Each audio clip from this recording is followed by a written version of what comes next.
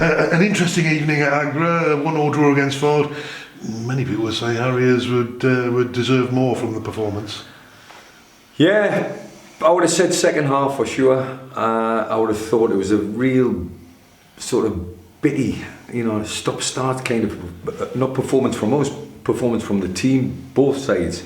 I think the referee, everybody out there is just sort of out of sync with everything. It wasn't a great game of football in the first half, and consequently we found ourselves 1-0 down. It wasn't a mountain to climb because I didn't think they were offering much more when they got the goal.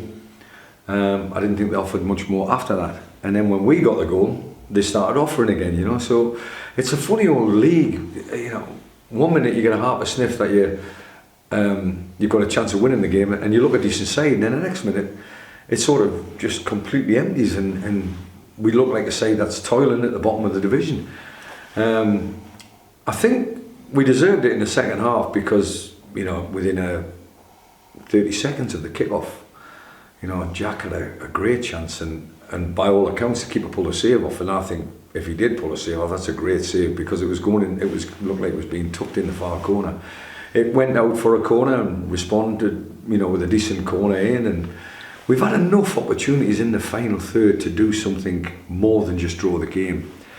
My feedback to the players is quite simple. It was, we can't, myself, Neil McDonald can't play anymore, Dean Holmesworth can't play anymore, but we know what they're going through. We know that the players are getting frustrated with themselves more than anything else.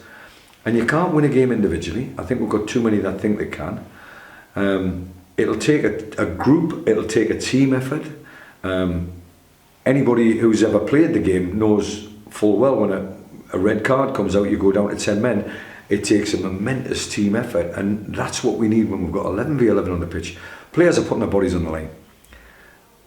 We've just got to learn how to calmly play football, and in situations like we're in, it's very, very difficult. That's my responsibility, and I'll hold my hands up because I'm losing the plot on the touchline because of a lot of things that are going wrong.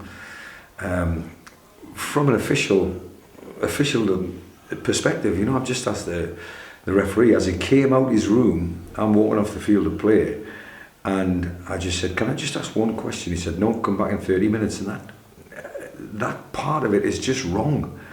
If you became approachable as a referee, you are a better referee without a shadow of a doubt. But at the same time, I've got to say it. All I was going to ask him was a simple enough question: Why 4 minutes when he's booked their goalkeeper for time wasting? You don't book a goalkeeper for time wasting unless you're going to add 1, 2, 3 minutes on top of the substitutes that we had. But he's counted up how many substitutes have both been used, and we made 2 at one time. The 2 that we made, the linesman or the 4th official just didn't have the board ready. So all of these things are part and parcel of the efficiency of the game, and the referees and the third team out there, and they are a team, and we respect them 100%. They're the ones that are responsible for slowing the game down and killing it as a spectacle. We do our dark arts, and if we get a yellow card because of the dark arts, you deserve it. And I deserved it for running on the pitch. I've got no qualms where that's concerned, no problems at all. I'm having a beer with the visiting manager after the game. I've known Chris Beach a long time. He'll be disappointed that he got to 1-0 for so late in the game and didn't win the game. But I think we deserve something out of the game. We've got a point. It's another point in a direction that we're heading. It's stumbling to a winning line as opposed to, gathering momentum to a winning line, and that's what mine and Macca's job's going to be from now on. It's going to try and galvanise a group of players who are just stuttering at the moment. We need to find a way to win a game of football. Do you actually set in your own mind a target figure that you think, look, we've got to get to this? I firmly agree and believe that there's a certain points total that has been successful over the years. I think it's going to be a lot more than that. Over the years, 51 points has never been relegated, but I'm in the firm believer of the camp that it's going to be more than 51 points. So we know what we are. We know what we've got to do. Whether it's at Agbra or whether it's away, I've got no fears of Bromley on Saturday. They might be top 2, top 3, whatever. They might be fighting for promotion.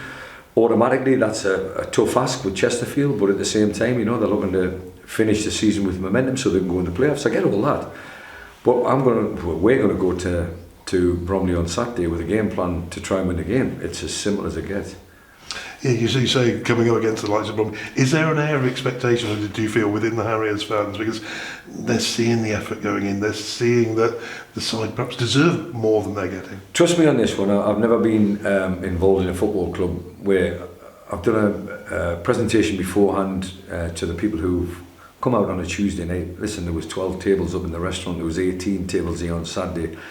You know, like 150 people being served dinner before they watch a game of football. We want to entertain them, but we also want to give them something for their contribution to the club.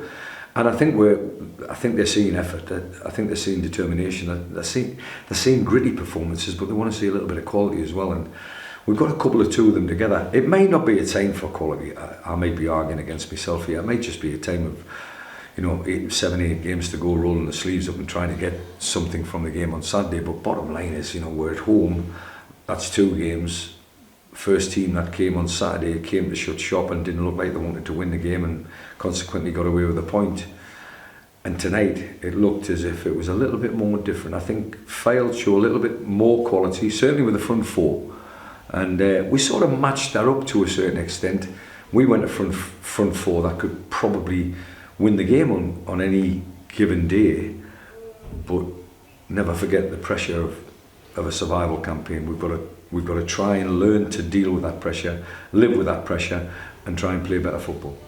And do you feel that the players are handling that pressure well at the moment? I think they're handling what we're giving them, and I maybe need to step back and calm down a little bit, but my drive and determination sometimes spills into overdrive, and Macca's there calming me down, and he's a great assistant manager.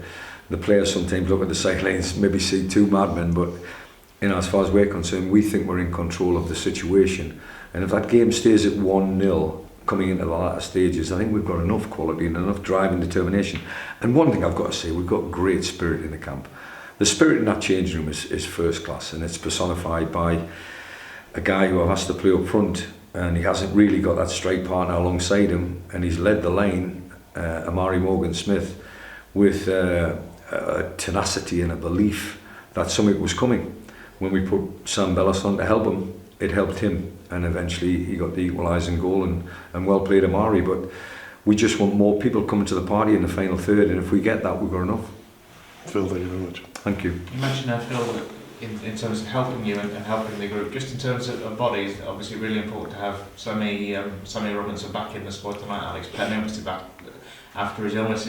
It's at an ideal time, isn't it, really, in terms of you needing perhaps extra options within the squad? I think I've never felt more, not under pressure, but more resigned to the fact that the job has become harder, because we've got 22 players in the squad tonight, and if they want to make my job harder, that's a good position to be in as a manager, and I'm not backing away from that by any stretch of the imagination. But we had 6 players doing a fitness hit before the game, and the bench with Sammy Robinson on it, and as you've just made reference to, Alex Penny coming back from an illness, and Jet made a big difference, and that's sort of the first time that the fans at Agbra have seen him, and he's offering quite a bit to the game. He blew a gasket, I get that, 35 minutes. He got a 35-minute plus extra, so nearly 40 minutes run out, and that's going to help him to help us in the long run. So whether he can start a game on Saturday is something I've got to decide. What position he plays, I tell you what, he looked comfortable at midfield, he looked comfortable in the number 10 role, and he can play as a striker or any one of the front 3.